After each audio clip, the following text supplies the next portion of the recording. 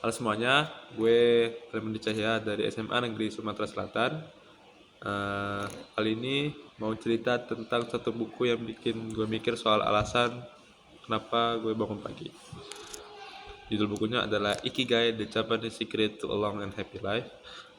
Dibuat oleh Hector Gracia dan Frances Miralles. Di awal buku itu ada kalimat yang bilang ada passion di dalam diri kita, sebuah bakat unik yang bikin hari-hari kita lebih bermakna dan membuat kita ingin memberi yang terbaik sampai akhir hidup. Waktu baca, gue langsung berhenti dan mikir, apa sih alasan aku bangun setiap pagi?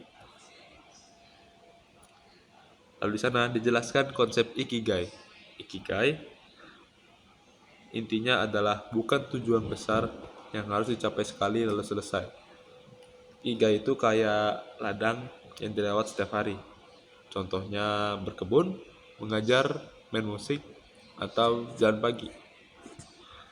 Kalau kita lakukan terus dengan niat, hal kecil itu bisa kasih kepuasan batin dan bikin hidup terasa lebih terarah.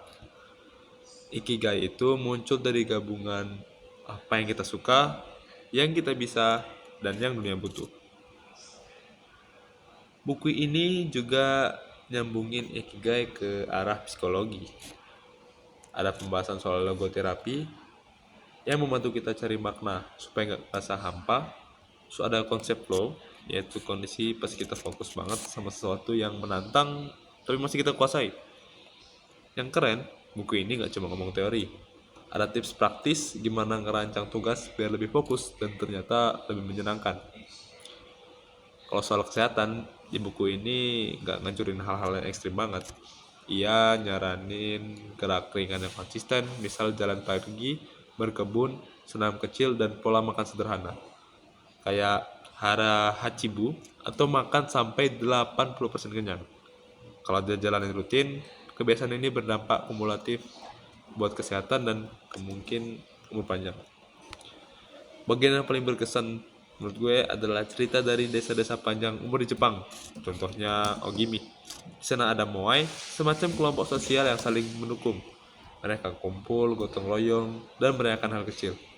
Dari situ, kelihatan umur panjang dan kebahagiaan gak cuma soal gen atau makanan, tapi juga dukungan sosial.